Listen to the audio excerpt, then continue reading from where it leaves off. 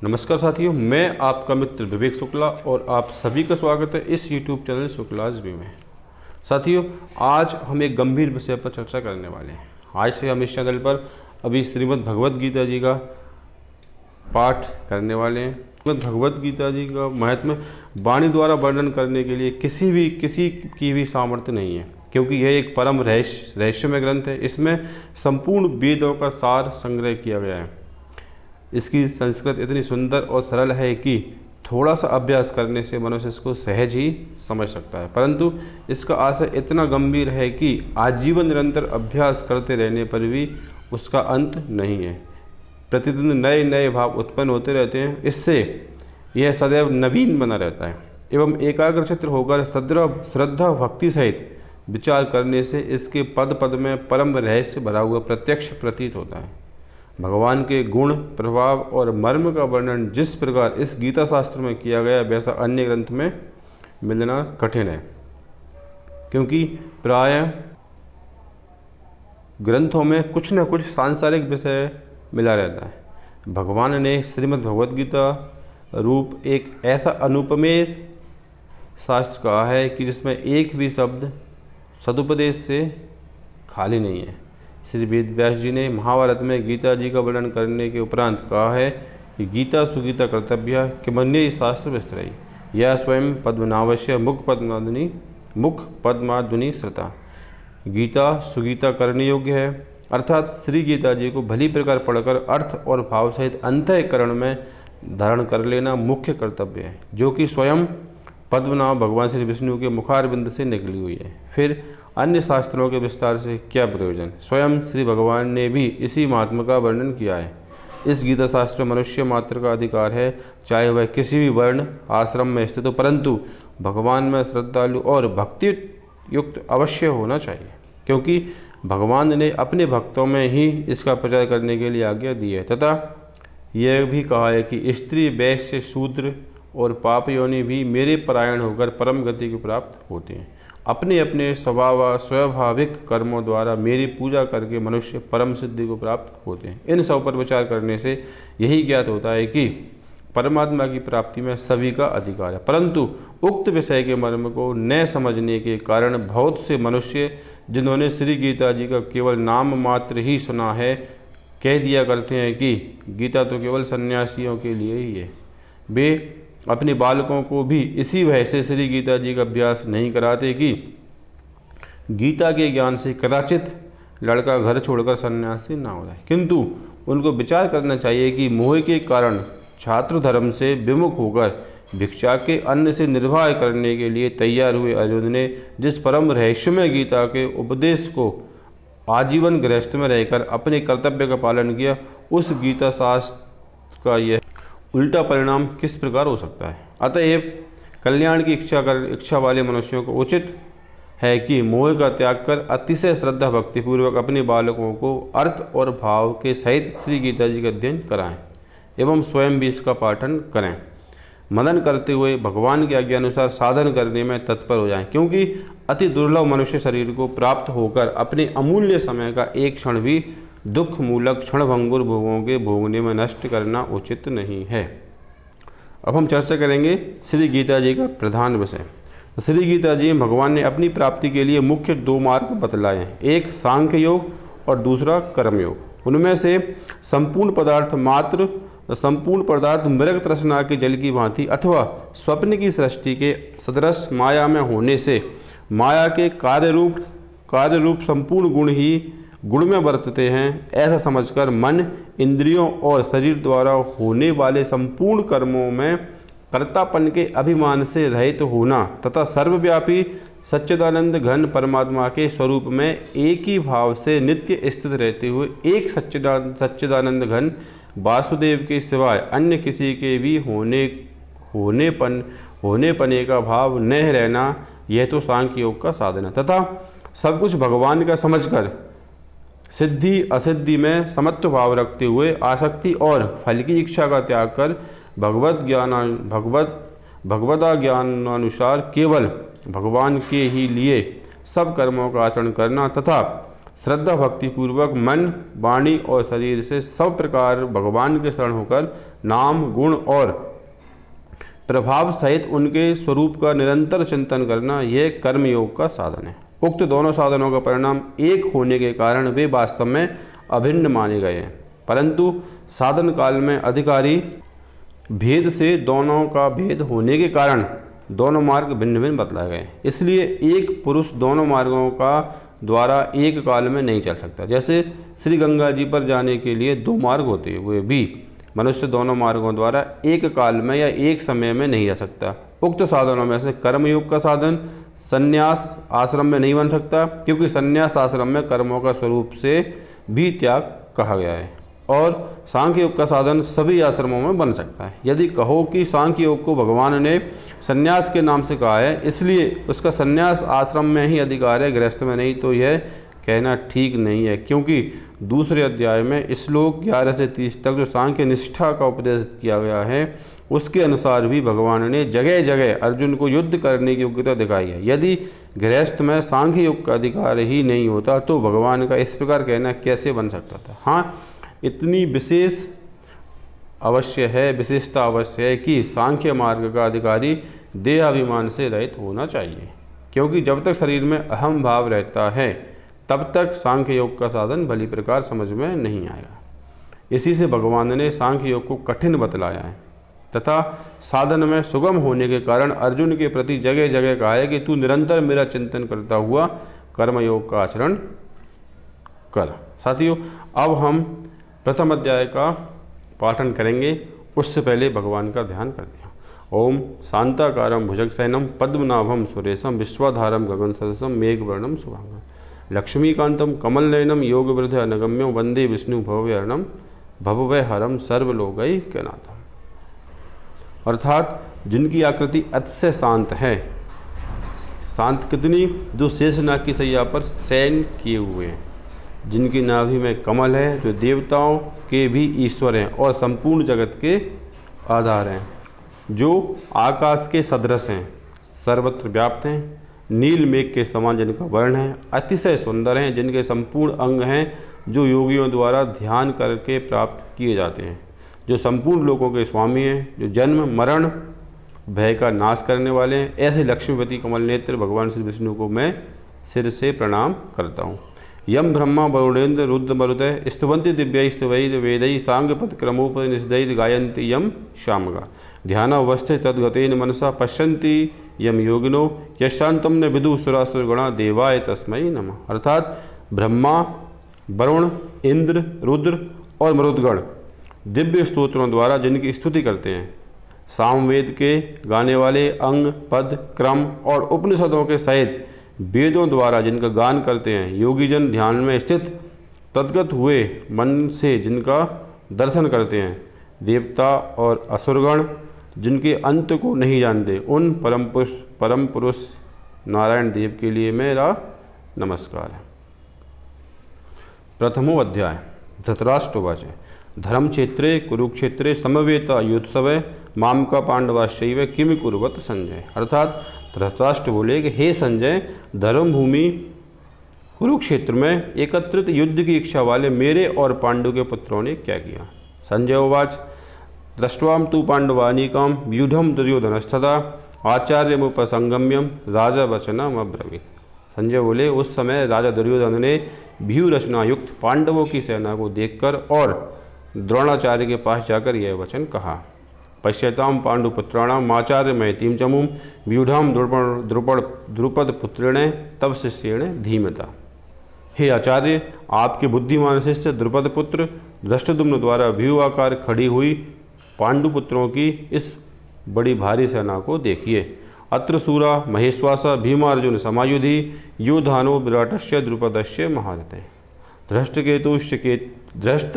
धृष्टकेतुश्चेकिताने काशीराजस्य वीर्यवान पुरुजित कुंतीभोजस्य शैब्यस्य नरपुंगवे युधामन्युश्च विक्रांते उत्तमौजाश्च वीर्यवान सौभद्रो द्रौपदेयाश्च सर्व एव महारथे।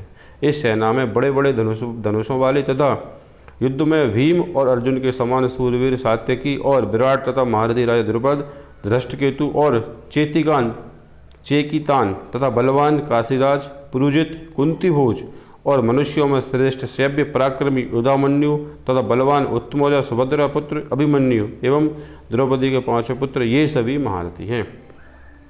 अस्माकं तु विशिष्टा ये तान्निबोध द्विजोत्तम नायका मम सैन्यस्य संज्ञार्थम तान ब्रवीमि ते। हे ब्राह्मण श्रेष्ठ, अपने पक्ष में भी जो प्रधान हैं उनको आप समझ लीजिए।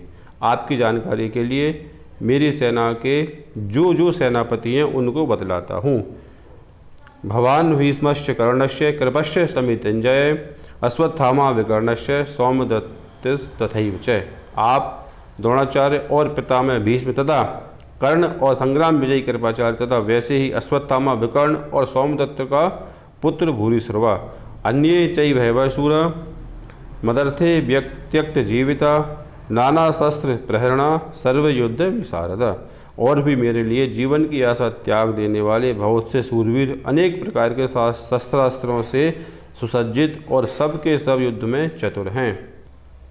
अपर्याप्तम तदस्माकं बलम भीष्मा विरक्षतम पर्याप्तम त्विदमेतेषां बलम भीमा विरक्षतम। भीष्म पितामह द्वारा रक्षित हमारी वह सेना सब प्रकार से अजय है और भीम द्वारा रक्षित इन लोगों की यह सेना जीतने में सुगम है।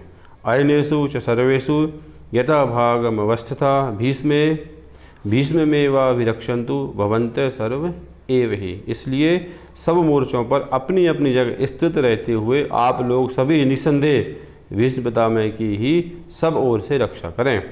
तस्य संजन हर्षम कुरु वृद्धे पितामह सिंहनादम विनद्योच्चै शंखम दध्मौ प्रतापवान। कौरवों में वृद्ध बड़े प्रतापी पितामह भीष्म ने उस दुर्योधन के हृदय में हर्ष उत्पन्न करते हुए उच्च स्वर से सिंह की दाढ़ के समान गरज कर शंख बजाया। तथा शंखाश वैर्यस्य पड़वानक गोमुखा सहसीवन वयनंत शब्द सस्तुम लो भवत। इसके पश्चात शंख और नगारे तथा ढोल मृदंग और नरसिंगे आदि बाजे एक साथ ही बज उठे। उनका वह शब्द बड़ा भयंकर हुआ। तथा श्वेत हरियुक्ते महती स्यंद नेष्ठौ माधव पांडवाशैव दिव्यौ शंखौ प्रदध्मतु। इसके अनंतर सफ़ेद घोड़ों से युक्त उत्तम रथों में बैठे हुए श्री कृष्ण महाराज और अर्जुन ने भी अलौकिक शंख बजाए। पांचजन्यम ऋषिकेशो देवदत्तम धनुंजय पौंड्रम दद्मौ महाशंखम भीमकर्मा ब्रकोधरे। तो श्री कृष्ण महाराज ने पांचजन्य नामक शंख, अर्जुन ने देवदत्त नामक और भयानक कर्म वाले भीमसेन ने पौंड्र नामक शंख बजाया। अनंत विजयम राजा कुंती पुत्र युधिष्ठिर नकुल सहदेवस्य सुघोष मणि पुष्पकौ। कुंती पुत्र राजा युधिष्ठिर ने अनंत विजय नामक और नकुल तथा सहदेव ने सुघोष और मणिपुष्पक नामक शंख बजाए। काश्यस्य परमेश्वर शिखंडी च महारथ दृष्टधुम्नो विराटश्च सात्विकीश्चाप राजित। द्रुपदो द्रौपदेयाश्च सर्वस्य पृथ्वीपते सौभद्रश्च महाबाहु शंखदंदु पृथक पृथक। श्रेष्ठ धनुष वाले काशीराज और महारथी शिखंडी और दृष्टधुम्न तथा राजा विराट और अजय सात्विकी राजा द्रुपद और द्रौपदी के 5 पुत्रों और बड़ी भुजा वाले सुभद्रा पुत्र अभिमन्यु, इन सभी ने हे राजन सब ओर से अलग अलग शंख बजाए। स घोषो धार्तराष्ट्राणाम हृदयानि व्यधारयत नवश्य पृथ्वीं चैव तुमलो व्यनुनादयन। और उन भयानक शब्दों ने आकाश और पृथ्वी को भी गुंजाते हुए धार्तराष्ट्रों के अर्थात आपके पक्ष वालों के हृदय विदीर्ण कर दिए। अथ व्यवस्थितान्राष्ट्रा धार्तराष्ट्रानि कपिध्वज प्रवर्ते शस्त्र संपादे धनुर्दम्य पांडव। ऋषिकेशम तदा वाक्य मिदमाहे महीपते अर्जुन उवाच सैन्योरुभयोर्मध्ये रथम स्थाप्य मे अच्युत। हे राजन, इसके बाद कपिध्वज अर्जुन ने मूर्छा बांध के डटे हुए धृतराष्ट्र संबंधियों को देखकर उस शस्त्र चलने की तैयारी के समय धनुष उठाकर ऋषिकेश श्री कृष्ण महाराज से यह वचन कहा, हे अच्युत, मेरे रथ को दोनों सेनाओं के बीच में खड़ा कीजिए। यावदेता निरीक्षेहम योद्धु कामान अवस्थितान कैर्मया स योद्धव्य स्मरण समुद्यते। और जब तक मैं युद्ध क्षेत्र में डटे हुए युद्ध के अभिलाषी इन विपक्षी योद्धाओं को भली प्रकार देख लूं कि इस युद्ध रूप व्यापार में मुझे किन किन के साथ युद्ध करना योग्य है, तब तक उसे खड़ा रखिए। योत्स्यमानान् वेक्षेऽहं ये एते यत्र समागते धातराष्ट्रस्य दुर्बुद्धिर्युद्धे प्रियची कीर्षवे। दुर्बुद्धि दुर्योधन के युद्ध में हित चाहने वाले जो ये राजा लोग इस सेना में आए हैं, इन युद्ध करने वालों को मैं देखूंगा। संजय उवाच एव मुक्तो ऋषिकेशो गुणाकेशेन भारत सेनयोरुभयोर्मध्ये स्थापयित्वा रथोत्तमम् भीष्मद्रोण प्रमुखतः सर्वेषां च मयीक्षताम् उवाच पार्थ पश्येतान् समवेतान् कुरुते। संजय बोले, हे धृतराष्ट्र, अर्जुन द्वारा इस प्रकार कहे हुए महाराज श्री कृष्णचंद्र ने दोनों सेनाओं के बीच में भीष्म और द्रोणाचार्य के सामने तथा संपूर्ण राजाओं के सामने उत्तम रथ को खड़ा करके इस प्रकार का, हे पार्थ, युद्ध के लिए जुटे हुए इन कौरवों को देख। तत्र पश्यस्थितानां पार्थ पितृणथ पितामहान आचार्यान् मातुलान् भ्रातान् पुत्रोन् पौत्रान् सखींस्तथा स्वसुरान् स्वहृदश्चैव सेनयोरुभयोरपि। इसके बाद प्रथापुत्र अर्जुन ने उन दोनों ही सेनाओं में स्थित ताऊ चाचों को, दादों परदादों को, गुरुओं को, मामाओं को, भाइयों को, पुत्रों को, पौत्रों को तथा मित्रों को, ससुरों को और सुहृदों को भी देखा। तांस मीक्ष कौन्तेय सर्वान् बंधून् वस्थितान् कृपया पर्याविष्टो विषीदन्नेमब्रवीत्। उन उपस्थित संपूर्ण बंदियों को देखकर वे कुंती पुत्र अर्जुन अत्यंत करुणा से युक्त होकर शोक करते हुए यह वचन बोले। अर्जुन उवाच दृष्ट्वेमं स्वजनं कृष्ण युत्सु समुपस्थितं सीदन्ति मम गात्राणि मुखं च परिशुष्यति वेपतुष्य शरीरे में रोमहर्षश्च जायते। अर्जुन बोले, हे कृष्ण, युद्ध क्षेत्र में डटे हुए युद्ध के अभिलाषी इस स्वजन समुदाय को देखकर मेरे अंग शिथिल हुए जा रहे और मुख सूखा जा रहा तथा मेरे शरीर में कंप एवं रोमांच हो रहा है। गांडीवम स्रंसते हस्ता त्वक्चैव परिदह्रते नैच शोक शक्नोग्यवस्थान्तु ब्रह्म तीव च मे मने। हाथ से गांडीव धनुष गिर रहा है, त्वचा भी जल रही है तथा मेरा मन भ्रमित सा हो रहा है, इसलिए मैं खड़ा रहने में भी समर्थ नहीं हूँ। निमित्तानि च पश्यामि विपरीतानि केशव न च श्रेयो अनुपश्यामि हत्वा स्वजन माहवे। हे केशव, मैं लक्षणों को भी विपरीत ही देख रहा हूँ तथा युद्ध में स्वजन समुदाय को मारकर कल्याण भी नहीं देखता। न कांक्षे विजयम कृष्ण न च राज्यम सुखानि च किम नो राज्येन गोविंद किम भोगैर्जीवितेन वा। हे कृष्ण, मैं ना तो विजय चाहता हूँ और न राज्य तथा सुखों को ही। हे गोविंद, हमें ऐसे राज्य से क्या प्रयोजन अथवा ऐसे भोगों से और जीवन से भी क्या लाभ है। ये समर्थे कांक्षितम नो राज्यम भोगा सुखानि च ते इमे अवस्थिता युद्धे प्राणांश त्यक्त्वा धनानि च। हमें जिनके लिए राज्य भोग और सुखादि अभिष्ट हैं, वे ही ये सब धन और जीवन की आशा को त्याग कर युद्ध में खड़े हैं। आचार्य पितर पुत्र तथैव च पितामह माथुला स्वसुरा पौत्रा श्याला संबंधी नस्तथा।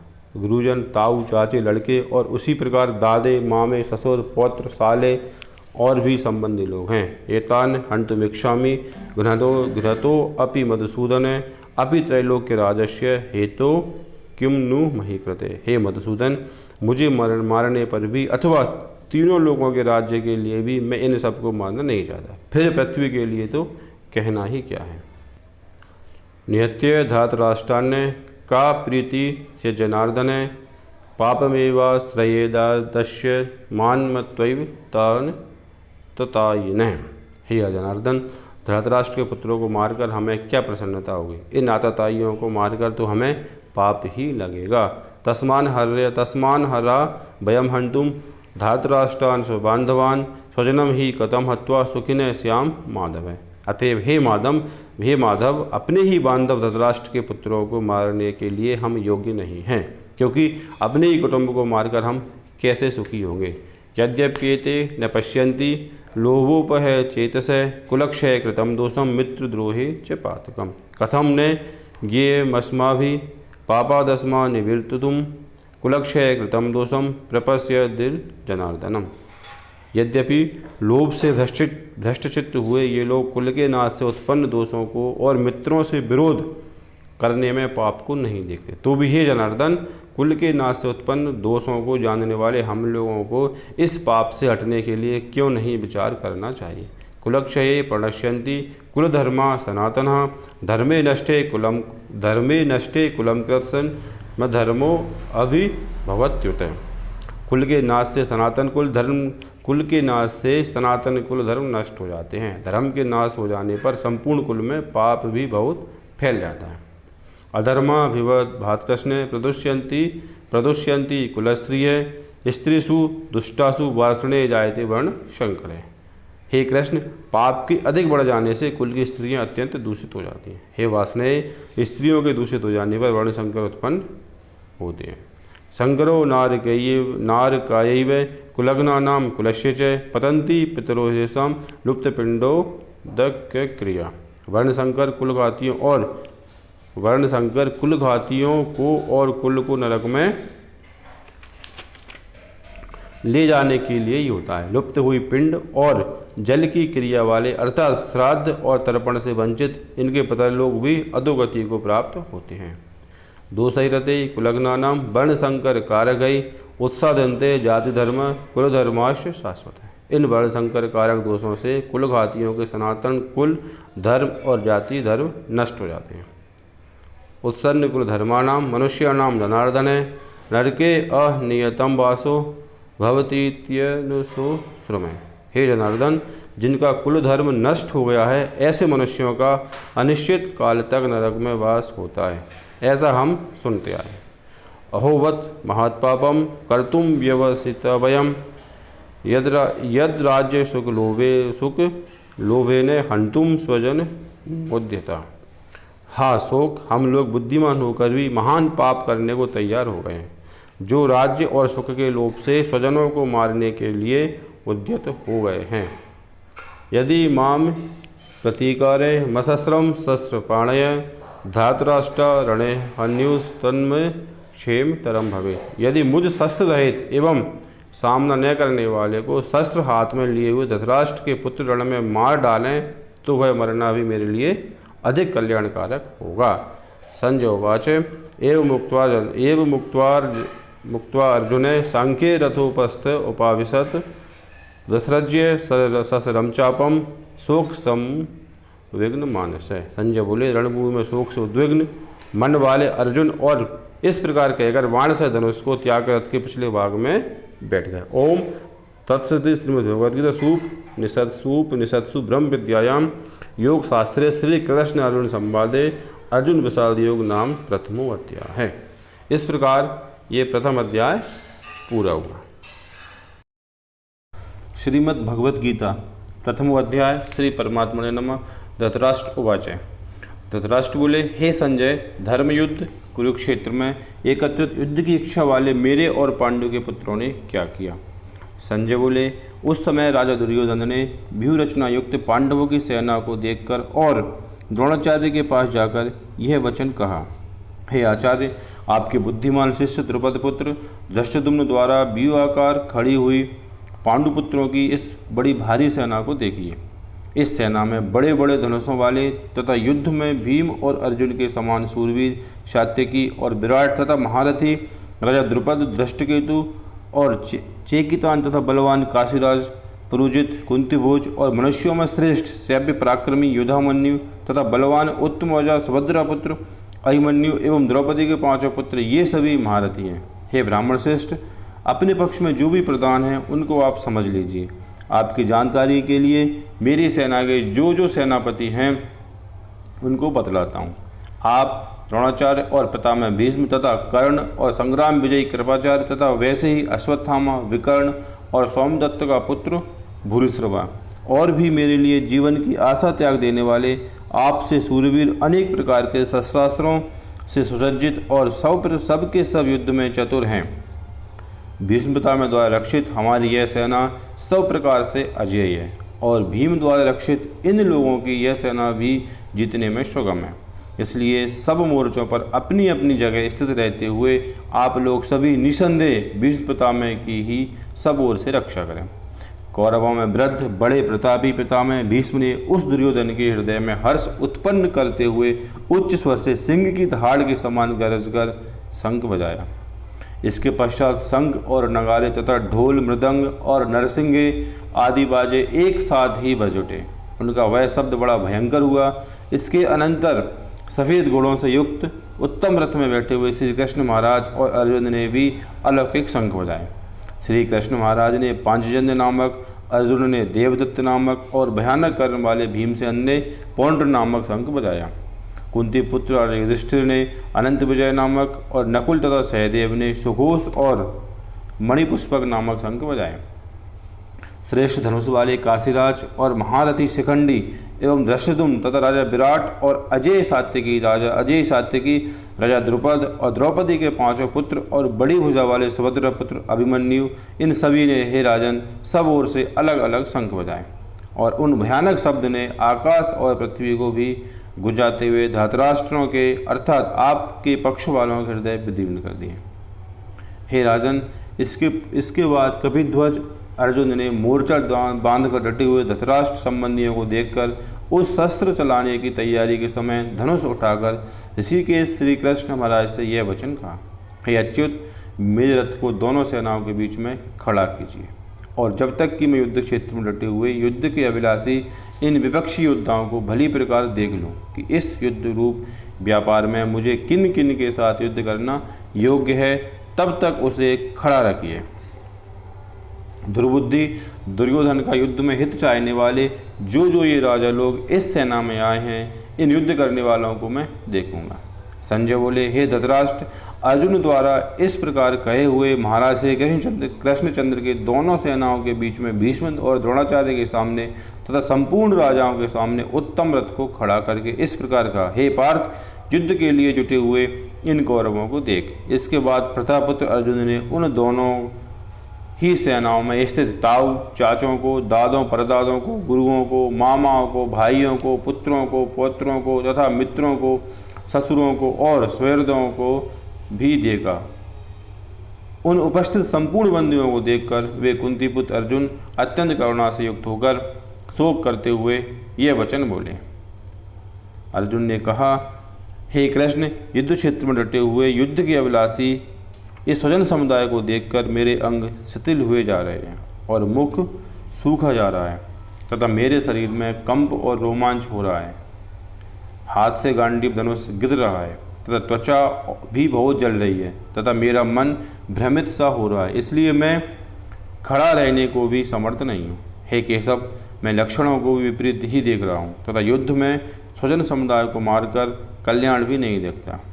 हे कृष्ण, मैं ना तो विजय चाहता हूँ और न राज्य तथा सुखों को ही। हे गोविंद, हमें ऐसे राज्य से क्या प्रयोजन तथा ऐसे भोगों से और जीवन से भी क्या लाभ है। हमें जिनके लिए राज्य, भोग और सुखादि अभिष्ट हैं, वे ही ये सब धन और जीवन की आशा को त्याग कर युद्ध में खड़े हैं।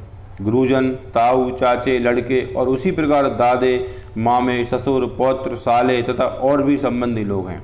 हे मधुसूदन, मुझे मारने पर भी अथवा तीनों लोगों के राज्य के लिए भी इन सब को मारना नहीं चाहता, फिर पृथ्वी के लिए तो कहना ही क्या है। हे जनार्दन, धृतराष्ट्र के पुत्रों को मारकर हमें क्या प्रसन्नता होगी, इन आताताइयों को मारकर तो हमें पाप ही लगेगा। अतएव हे माधव, अपने ही बांधव धृतराष्ट्र के पुत्रों को मारने के लिए हम योग्य नहीं हैं, क्योंकि अपने ही कुटुंब को मारकर हम कैसे सुखी होंगे। यद्यपि लोभ से भ्रष्टित हुए ये लोग कुल के नाश से उत्पन्न दोषों को और मित्रों से विरोध करने में पाप को नहीं देखते, तो भी हे जनार्दन, कुल के नाश से उत्पन्न दोषों को जानने वाले हम लोगों को इस पाप से हटने के लिए क्यों नहीं विचार करना चाहिए। कुल के नाश से सनातन कुल धर्म नष्ट हो जाते हैं, धर्म के नाश हो जाने पर संपूर्ण कुल में पाप भी फैल जाता है। हे कृष्ण, पाप के अधिक बढ़ जाने से कुल की स्त्रियां अत्यंत दूषित हो जाती हैं और हे वासनेय, स्त्रियों के दूषित हो जाने पर वर्ण संकर उत्पन्न होता है। वर्ण संकर कुल घातियों को और कुल को नरक में ले जाने के लिए ही होता है। लुप्त हुई पिंड और जल की क्रिया वाले अर्थात श्राद्ध और तर्पण से वंचित इनके पितर लोग भी अधोगति को प्राप्त होते हैं। इन वर्ण संकर का दोषों से कुल घातियों के सनातन कुल धर्म और जाति धर्म नष्ट हो जाते हैं। हे जनार्दन, जिनका कुल धर्म नष्ट हो गया है, ऐसे मनुष्यों का अनिश्चित काल तक नरक में वास होता है, ऐसा हम सुनते आए। हा शोक, हम लोग बुद्धिमान होकर भी महान पाप करने को तैयार हो गए हैं, जो राज्य और सुख के लोभ से स्वजनों को मारने के लिए उद्यत हो गए हैं। यदि मुझ शस्त्र रहित एवं सामना न करने वाले को शस्त्र हाथ में लिए हुए धृतराष्ट्र के पुत्र रण में मार डालें तो यह मरना भी मेरे लिए अधिक कल्याणकारक होगा। संजय बोले, रणभूमि में शोक से उद्विग्न मन वाले अर्जुन इस प्रकार कहकर बाण सहित धनुष को त्याग कर रथ के पिछले भाग में बैठ गए। ओम तत्सदिति श्रीमद्भगवद्गीता ब्रह्म विद्यायाम योग शास्त्रे श्री कृष्ण संवादे अर्जुन विषाद योगो नाम प्रथमो अध्याय। नमस्कार साथियों, मैं आपका मित्र विवेक शुक्ला और आप सभी का स्वागत है इस YouTube चैनल शुक्लास भी में। साथियों, किसी ने क्या खूब कहा है कि असफलता धीरे चलने से नहीं बल्कि रुक जाने से मिलती है। पराये लोग ही इस जीवन में संबंध निभा देते हैं, अपने तो एक दूसरे की हैसियत नापने में लगे रहते हैं। जीवन एक मौका है श्रेष्ठ करने का, श्रेष्ठ बनने का, श्रेष्ठ पाने का। निकले हैं वो लोग मेरी शख्सियत बिगाड़ने जिनके खुद के किरदार मरम्मत मांग रहे हैं। मित्रता की सच्ची परीक्षा संकट में नहीं, मित्र के उत्कर्ष में होती है, क्योंकि जो मित्र के उत्कर्ष को बर्दाश्त कर सके वही सच्चा मित्र है। मंथन के बाद केवल अमृत ही हाथ नहीं लगता, परंतु जो उस कालकूट को पी जाए वही तो सच्चा महादेव है। कोई नींद उड़ा के बैठा है, कोई चैन उड़ा के बैठा है, पर आगे बढ़ेगा वही जो यहाँ पर प्लान बना के बैठा है। तजुर्बे ने शेरों को खामोश रहना सिखाया है, क्योंकि दहाड़ कर कभी शिकार नहीं किया जाता। जब हम स्वयं मर्यादा में रहेंगे तो दूसरे भी हमसे मर्यादापूर्ण व्यवहार करेंगे। कठिन समय में बहादुर व्यक्ति रास्ता खोजता है और कायर व्यक्ति बहाना। न हारना जरूरी है, न जीतना जरूरी है। जिंदगी एक खेल है मित्रों, इसे खेलना जरूरी है। जब मन कमज़ोर होता है तो परिस्थितियाँ समस्या बन जाती हैं, और जब मन स्थिर होता है तो परिस्थितियाँ चुनौती बन जाती हैं। परंतु जब वही मन मजबूत होता है तो परिस्थितियाँ हमारे लिए अवसर बन जाती हैं। साथियों, कुछ तकलीफ़ें हमारा इम्तिहान लेने नहीं बल्कि हमारे साथ जुड़े लोगों की पहचान करवाने के लिए आती हैं। कटी हुई टहनियाँ कहाँ छाँव देती हैं, हद से ज़्यादा उम्मीदें हमेशा घाव देती हैं। जीवन में कुछ भी स्थायी नहीं है मित्रों, इसलिए स्वयं को अधिक तनावग्रस्त ना करें, क्योंकि परिस्थितियाँ चाहे कितनी भी खराब हों एक दिन बदलती जरूर हैं। बच्चों को अंग्रेजी बाद में सिखाना मित्रों, पहले बड़ों की इज्जत करना सिखाइए। युद्ध हो या जीवन, सफलता 3 शस्त्रों से मिलती है, और वो हैं धर्म, धैर्य और साहस। समुद्री जहाज किनारे पर सर्वाधिक सुरक्षित है, परंतु वह वहाँ खड़े रहने के लिए नहीं बना है। परिवर्तन कभी आसान नहीं होता, लेकिन हमेशा संभव होता है, इसलिए परिवर्तन से कभी घबराएं नहीं। उम्मीद जिंदा रखिए साहेब, आज हंसने वाले कल तालियां भी जरूर बजाएंगे। जहाँ सज्जन होते हैं वहाँ संवाद होता है, और जहाँ मूर्ख होते हैं वहाँ सिर्फ विवाद होता है। क्या गलत हो सकता है, उससे डरने की बजाय उत्साहित होकर इस परिस्थिति में हम क्या सही कर सकते हैं उस पर कार्य कीजिए। 4 दिन गायब होकर देखिए जनाब, लोग आपका नाम तक भूल जाएंगे। न रुकी वक्त की गर्दिश ने जमाना बदला, पेड़ सूखा तो परिंदों ने ठिकाना बदला। जिंदगी के ऊपर वाले से इतना ज़रूर मांग लेना, जिंदगी में ऊपर वाले से इतना ज़रूर मांग लेना कि माँ के बिना कोई घर ना हो और कोई माँ बेघर ना हो। नदी में गिरने से कभी किसी की मौत नहीं होती मित्रों, मौत तो तब होती है जब उसे तैरना नहीं आता। पराजय तब नहीं होती जब आप गिर जाते हैं, पराजय तब होती है जब आप उठने से इनकार कर देते हैं। साथियों, नदी में गिरने से कभी किसी की मौत नहीं होती, मौत तो तब होती है जब उसे तैरना नहीं आता। पराजय तब नहीं होती जब आप गिर जाते हैं। साथियों, पराजय तब होती है जब आप उठने से इनकार कर देते हो। जिंदगी की किताब में धैर्य के कवर का होना बहुत ज़रूरी है, क्योंकि वही हर पन्ने को आपस में बांध कर रखता है। मन हार कर मैदान नहीं जीते जाते, और ना ही मैदान जीतने से कभी मन जीते जाते हैं। यदि आप स्वयं प्रसन्न हैं तो ज़िंदगी उत्तम है, यदि आपकी वजह से लोग प्रसन्न हैं तो आपकी ज़िंदगी सर्वोत्तम है। दाग दुनिया ने दिए, जख्म जमाने से मिले, हमको ये तोहफे तुम्हें दोस्त बनाने से मिले। खुद को ज्ञानी समझो, लेकिन दूसरों को मूर्ख समझने की मूर्खता कभी मत करो। सूर्यास्त होने तक मत रुको, चाहिए तुम्हें त्यागने लगें उससे पहले तुम ही उन्हें त्याग दो। समस्या का अंतिम हल माफ़ी है, या मांग लो या कर दो। अपने आदर्श को पाने के लिए सैकड़ों बार असफल होना पड़े तब भी आगे बढ़ो। गैरों ने नसीहत दी, अपनों ने लिए धोखा, ये दुनिया है मित्रों, यहाँ सबको चाहिए मौका। इंसान को ये 6 चीज़ें बर्बाद कर देती हैं: नींद, गुस्सा, डर, थकान, आलस्य और काम टालने की आदत। मैदान में अकेले डटे रहो, चाहे दुनिया आपके खिलाफ हो जाए, परंतु अपना साहस कभी मत छोड़ो। मित्रों, अगर लोगों ने साथ नहीं दिया तो दुखी मत होना, क्योंकि ख्वाब तुम्हारे हैं, कोशिश भी तुम्हें ही करनी होगी। अपने स्वभाव को हमेशा सूर्य की तरह रखिए, ना उगने का अभिमान, ना डूबने का डर। तुम्हें कोई पढ़ा नहीं सकता, कोई आध्यात्मिक बना नहीं सकता, तुमको सब कुछ खुद अंदर से सीखना है, क्योंकि आत्मा ही सबसे बड़ा शिक्षक और अच्छा शिक्षक है। जीवन में कभी उसे प्राथमिकता मत देना जो तुम्हें विकल्प समझता है।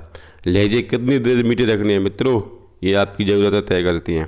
अगर अंधे आदमी को देखने लग जाए तो सबसे पहले वह उस छड़ी को फेंकता है जिसने उसे हमेशा साथ दिया।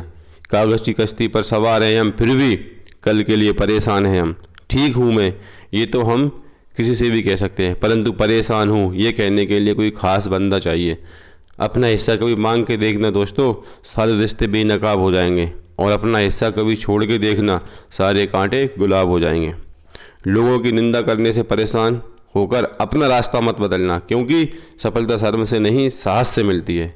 माना कि औरों के मुकाबले कुछ ज़्यादा पाया नहीं मैंने, पर खुद गिरता रहा, संभलता रहा, किसी को गिराया नहीं मैंने। मधुरिमा कंठ में न होती तो शब्द विश्वान बन गया होता। वासना प्रेम को न छलती तो प्रेम वरदान बन गया होता। याचना भक्त में न होती तो भक्त भगवान बन गया होता। बुरे व्यक्ति को अच्छा बनाना हो तो उसके साथ प्रेम पूर्ण व्यवहार करो, तभी वह तुम्हारी बातों का सम्मान करेगा। हमें सदा शुभ चिंतन और शुभ कर्मों का संकल्प लेना चाहिए। ऐसा करके ही हम जीव तत्व के पवित्र स्थल तक पहुंच सकते हैं। जिंदगी उनकी नहीं जो जिंदगी से घबराते हैं, जिंदगी उनकी है जो जिंदगी से टकराते हैं। प्रभु का आशीर्वाद उन लोगों को प्राप्त होता है जो उनकी आज्ञा मानते हैं और उसके बताए मार्ग पर चलते हैं। उस इंसान को कभी न भूलें जिसने आपकी तब मदद की थी जब सब लोग बहाने बना रहे थे। मन से ज़्यादा उपजाऊ जगह कोई नहीं है, क्योंकि वहाँ जो भी कुछ बोया जाए बढ़ता जरूर है, चाहे वह विचार हो, नफरत हो या फिर प्यार हो। पैदा होने से मरने तक लाख रिश्ते बनते होंगे, लेकिन पिता जैसा देखभाल करने वाला और माँ जैसी प्यार करने वाली दोबारा नहीं मिलती। लोगों पर 3 एहसान कीजिए, फायदा नहीं पहुंचा सकते तो नुकसान भी ना पहुंचाएं, खुशी नहीं दे सकते तो दुख भी ना पहुंचाएं, तारीफ नहीं कर सकते तो दिल भी ना दुखाएं। धीरे ही सही लेकिन हमेशा चलते रहना चाहिए, क्योंकि एक समय के बाद ठहरा हुआ पानी भी सड़ने लगता है। यदि आप चाहते हैं कि कुछ अच्छा हो तो इसकी शुरुआत आपको ही करनी होगी। खुद पर भरोसा और ईमानदारी से मेहनत ऐसी चीज़ें हैं जिनसे कोई भी लक्ष्य पा सकते हैं। सफलता उन्हीं के कदम चूमती है जो अपनी विचारों पर विजय प्राप्त करते हैं। जीवन अपने आप को खोजना नहीं है, जीवन अपने आप का निर्माण करना है। अच्छी प्रेरणा देकर किसी का मार्गदर्शन करना भी एक प्रकार की सेवा ही है। अच्छे विचारों को पराक्रम और धैर्य के साथ व्यवहार में लाना चाहिए। जो काम पहले नहीं हुआ उसे शुरू करना भी सफलता है। जिस प्रभु ने आपको यह जीवन जन्म दिया उसका ऋण चुकाना तो मानव मात्र के बस में नहीं, पर उन्हीं की कृपा से प्राप्त अश्रुपूरित भाव रत्न उन्हें समर्पित कर दें तो भी कम नहीं। प्रभु का भक्त सुख में झलकता नहीं और दुख में मुरझाता नहीं। तेरी मेहरबानी का भार इतना मैं तो उठाने के काबिल नहीं हूँ, कर्जदार तेरी जन्मजात हूँ मैं, कर्जा चुकाने के काबिल नहीं हूँ, सिवा आंसुओं के मेरे बाबा कुछ भी चढ़ाने के काबिल नहीं हूँ। उदार स्वभाव वाले तो को सभी पसंद करते हैं, और यदि उदारता के गुण के साथ योग्यता भी हो तो व्यक्ति ऊंचाइयों पर पहुंच जाता है। रोटी पर घी और नाम के साथ जी लगाने से स्वाद और इज्जत दोनों बढ़ जाते हैं। इंसान जन्म के 2 वर्ष बाद बोलना सीख जाता है, लेकिन बोलना क्या है ये सीखने में सारी जिंदगी निकल जाती है। यदि आप हमेशा सच बोलते हैं तो आपको कुछ भी याद रखने की जरूरत नहीं है। अपने ऊपर गलत आरोपों से कभी भी चिंतित ना हो, बल्कि उसका सम्मान करिए। याद रखना कि समय का ग्रहण तो सूर्य और चंद्रमा भी झेलते हैं। भले बुरे पे हैं ना कुछ औसार सबे, प्रमाण चना लगे प्रिय भूख में, नहीं पीछे पकवान। शिक्षा वह दरवाजा है जिसे खोलकर आप तरक्की के सारे रास्ते खोल सकते हो। किताबें खुद चुप रहती हैं, लेकिन जिसने पढ़ लिया उसको बोलना और लड़ना सिखा देती हैं। सब जग को सुरक्षित करते हैं, फूल सदा हंसते रहते हैं। कष्ट सहा जीवन में हंसकर फूल यही हमसे कहते हैं। रोना उसी के सामने जो आंसू गिरने का दर्द समझ सके, दुआ लेना उसी से जो दिल से दुआ दे सके, और रिश्ता रखना उसी के साथ जो रिश्ते का मोल समझ सके। असफलता केवल यह सिद्ध करती है कि सफलता का प्रयत्न पूरे मन से नहीं हुआ। कभी कभी किसी को मजबूर नहीं करना चाहिए आपसे बात करने के लिए, क्योंकि आपको जो दिल से चाहेगा वो कभी नज़रअंदाज नहीं करेगा। असफलता सफलता की पहली सीढ़ी है। मेरी तरफ आकर तो देख, तेरा ध्यान न रखूं तो कहना। मुझे अपना मददगार बनाकर तो देख, तुझे सबकी गुलामी से न छुड़ा दूं तो कहना। मानवता के लिए उषा की किरण जगाने वाले हम, शोषित पीड़ित दलित जनों के भाग्य जगाने वाले। क्रोध करना हो तो अपने दुर्गुणों पर करो। अहंकार ऐसा दुष्ट है जो मनुष्य को न जीने देता है न मरने पर छोड़ता है। जीवन खाने और सोने का नाम नहीं है, जीवन नाम है सदैव आगे बढ़ते रहने की लगन का। ईमानदार होने का अर्थ है 1000 मनकों में अलग चमकने वाला हीरा। बड़प्पन अमीरी में नहीं, ईमानदारी और सज्जनता में होता है। मनुष्य का कर्म भाग्य को बदलने की क्षमता रखता है। बुद्धि सबके पास है। आप चालाकी करते हैं या ईमानदारी आपके संस्कारों पर निर्भर करता है। आपकी चालाकी 4 दिन चमकती है और ईमानदारी जिंदगी भर। विपत्ति में हार तभी तक होती है जब तक मनुष्य उससे डरता है। व्यर्थ बोलने की अपेक्षा मौन रहना अच्छा है। मनुष्य का व्यवहार वह दर्पण है जिसमें वह अपना चित्र दिखाता है। पाप से घृणा करो, पापी से नहीं। बड़ा वही है जो अपने को सबसे छोटा मानता है। पहले ज्ञान, फिर कर्म और अंत में भक्ति। धन की प्यास जल की प्यास से कहीं बढ़कर दुखदायिनी है। कर्कश वाणी से कलह का जन्म होता है। आलस्य और अज्ञान नाम के कीड़े मनुष्य को खा जाते हैं। मनुष्य जाति से नहीं वरन अपने कर्म से बड़ा होता है। ये कलयुग है, यहाँ लोग अपनी परेशानी से कम दूसरों की खुशी से ज्यादा दुखी होते हैं। जीत किसके लिए, हार किसके लिए, जिंदगी भर ये तकरार किसके लिए। जो भी आया है वो जाएगा एक दिन यहाँ से, फिर ये इंसान को इतना अहंकार किसके लिए। अगर तुम्हें दुख मिल रहा है तो इसका कारण ये नहीं कि तुमने कुछ गलत किया, बल्कि इसका अर्थ ये है कि तुम्हारा सबके प्रति अच्छा होना भी तुम्हें कष्ट दे सकते हैं। भाग्य भरोसे ना बैठें। भाग्य दुनिया में कमजोर और निकम्मे लोगों के लिए है। स्वयं खुश रहें और दूसरों को खुश रखने की कोशिश करें। लड़ने वाली बातों और गुस्से से दूर रहें। राई का पहाड़ ना बनाएं, अंधविश्वासी ना बने। ठीक को ठीक और गलत को गलत माने। बहुत अच्छा होना भी अच्छा नहीं होता। पता ही नहीं चलता कि लोग कदर कर रहे हैं या इस्तेमाल। मूर्ख, धोखेबाज एवं छली लोगों से दूर रहें। 2 सबसे महान चिकित्सक हैं, परमात्मा और समय। हर सच्ची बात कड़वी होती है, लेकिन हर बात सच्ची नहीं होती। कम से कम आप तो ईमानदार बने, दुनिया से एक बेईमान घटेगा। अपनी भूलों को मान जाइए, घमंड का परित्याग करें। यदि भाग्य में खटास मिले तो उसे मिठास में बदलें। अंधेरे को कोसने के बजाय एक दीपक जला लें। दिखावा न करें, जो आपके पास नहीं है उसका रोना न रोए। आज की परिधि में जिए, कल परसों या बीते समय का रोना ना रोएं। विवेक से काम लें, जोश में होश न खोएं।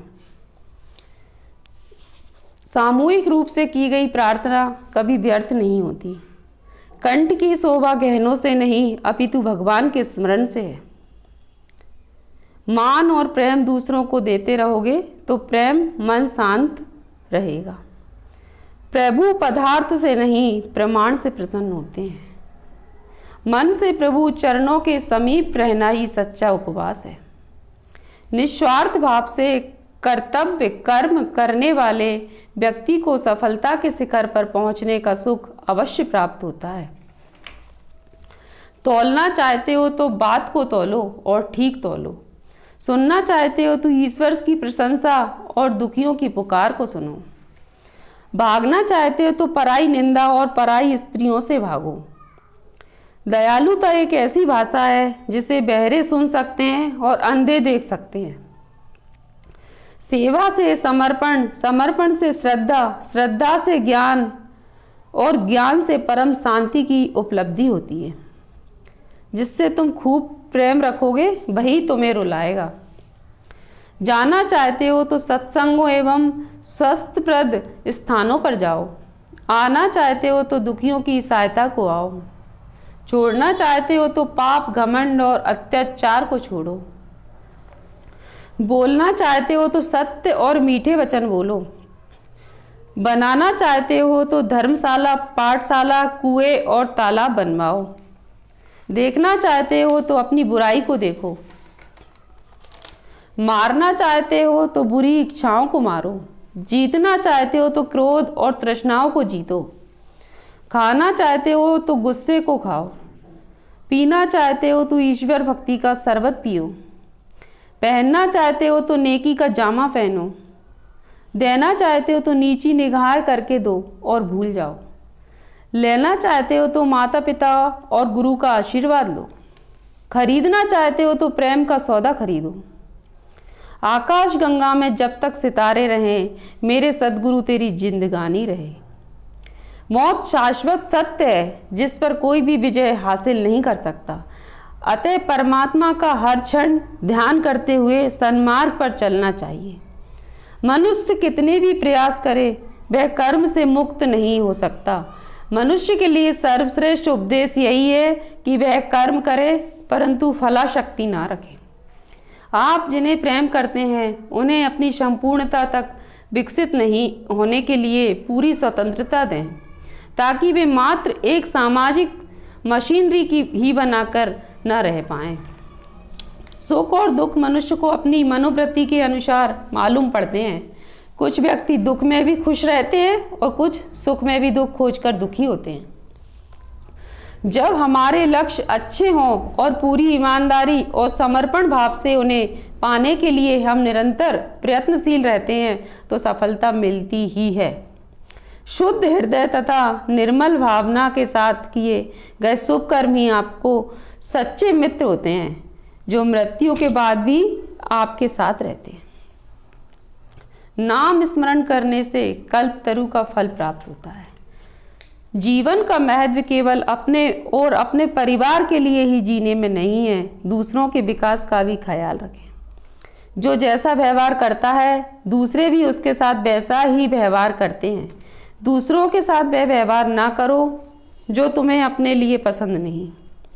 जो व्यक्ति हर काम को टालता रहता है, समय का सदुपयोग करना नहीं जानता और केवल भाग्य भरोसे रहता है, वह हमेशा दुखी रहता है। भगवान भक्त के लिए हर कार्य करने के लिए तैयार हो जाते हैं, लेकिन वे इसका भी ध्यान रखते हैं कि भक्त में अहंकार उत्पन्न ना हो। गुरु कृपा को अभिमान का कारण बनाना व्यक्ति के व्यक्तित्व को नष्ट कर देता है। अभिमान उसे इतना नीचे गिरा देता है कि फिर उठना मुश्किल होता है। गंभीरता का गुण धारण कर लो तो व्यर्थ टकराव से बच जाओगे। सुख और दुख मनुष्य को अपनी मनोवृत्ति के अनुसार मालूम पड़ते हैं। कुछ व्यक्ति दुख में भी खुश रहते हैं और कुछ सुख में भी दुख खोजकर दुखी होते रहते हैं। जो संतुष्ट है वह धनी है, भले ही उसके पास कुछ भी ना हो। हर काम को पूरी लगन से करेंगे तो कभी भी पछताना नहीं पड़ेगा। दूसरों की मदद से ज़्यादा दिन काम नहीं चल सकता। जब व्यक्ति दूसरों पर ही निर्भर हो जाता है तो वे भी उससे कन्नी काटने लगते हैं। दूसरों पर बहुत अधिक निर्भर रहने से निराशा के अवसर बढ़ जाते हैं। वाणी चांदी है, मौन सोना है। वाणी पार्थिव है पर मौन दिव्य है।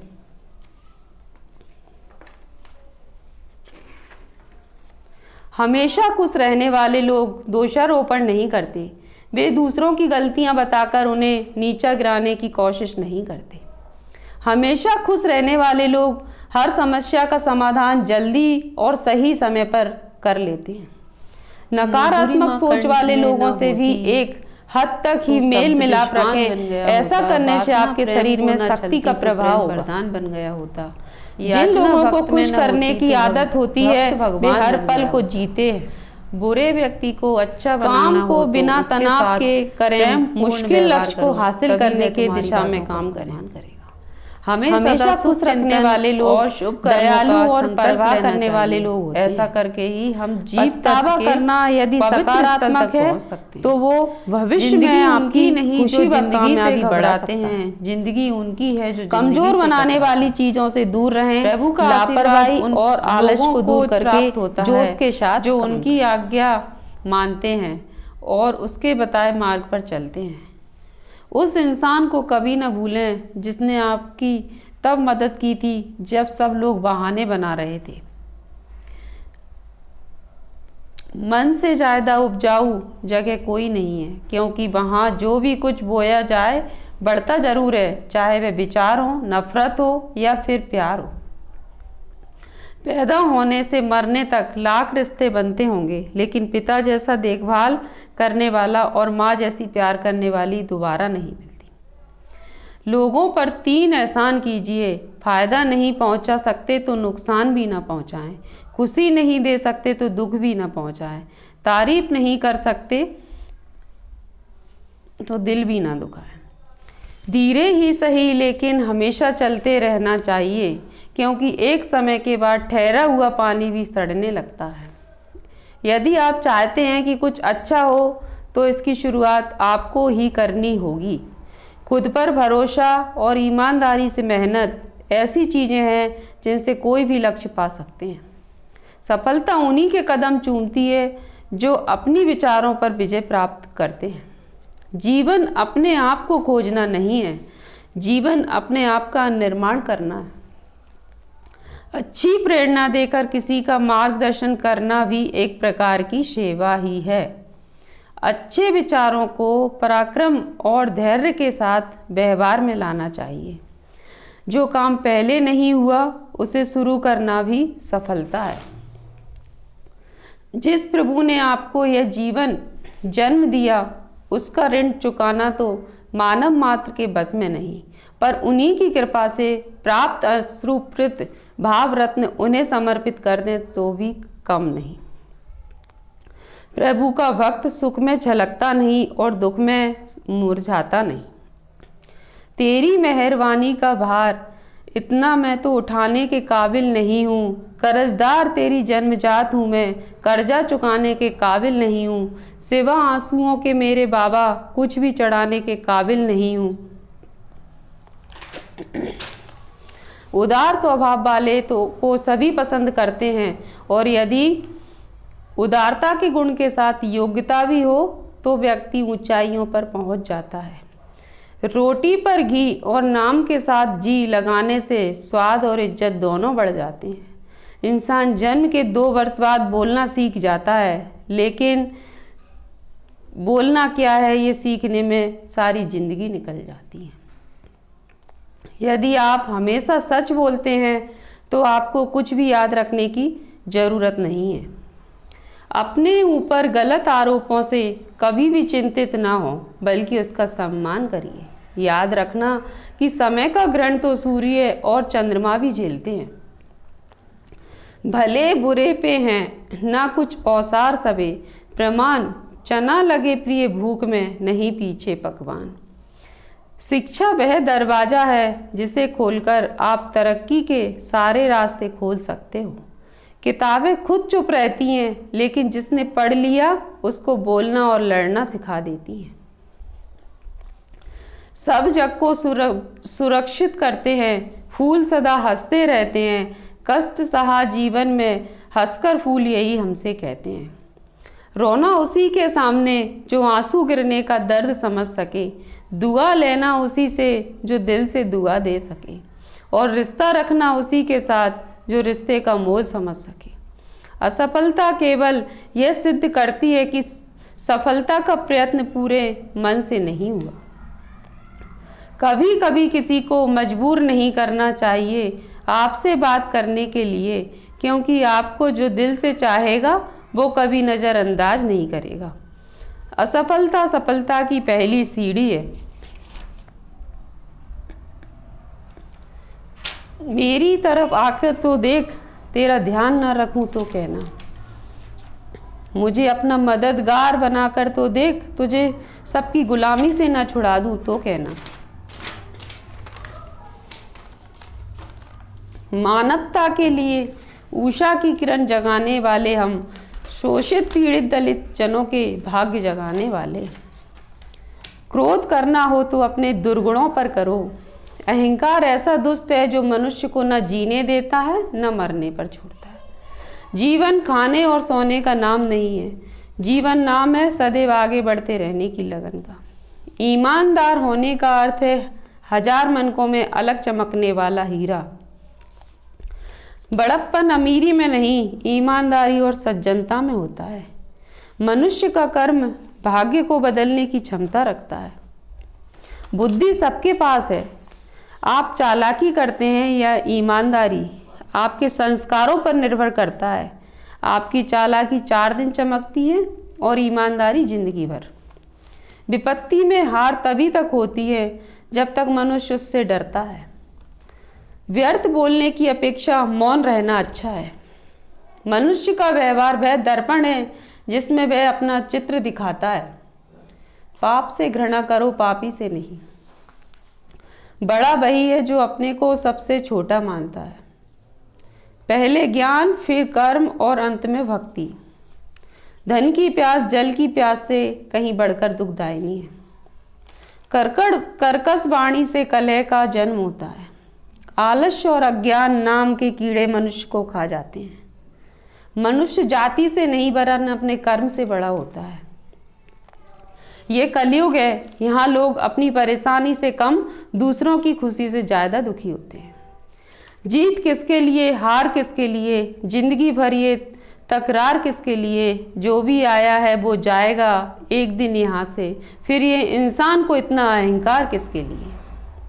अगर तुम्हें दुख मिल रहा है तो इसका कारण ये नहीं कि तुमने कुछ गलत किया, बल्कि इसका अर्थ ये है कि तुम्हारा सबके प्रति अच्छा होना भी तुम्हें कष्ट दे सकते हैं। भाग्य भरोसे ना बैठें। भाग्य दुनिया में कमजोर और निकम्मे लोगों के लिए है।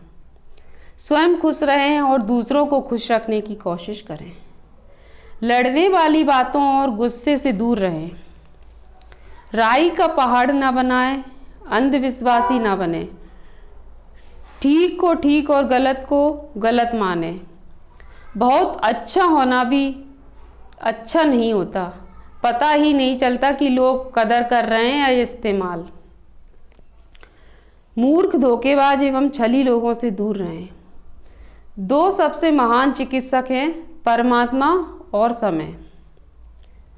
हर सच्ची बात कड़वी होती है, लेकिन हर बात सच्ची नहीं होती। कम से कम आप तो ईमानदार बने, दुनिया से एक बेईमान घटेगा।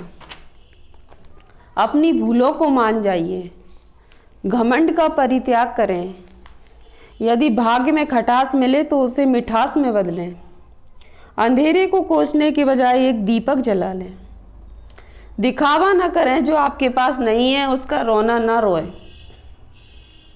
आज की परिधि में जिएं, कल परसों या बीते समय का रोना ना रोएं।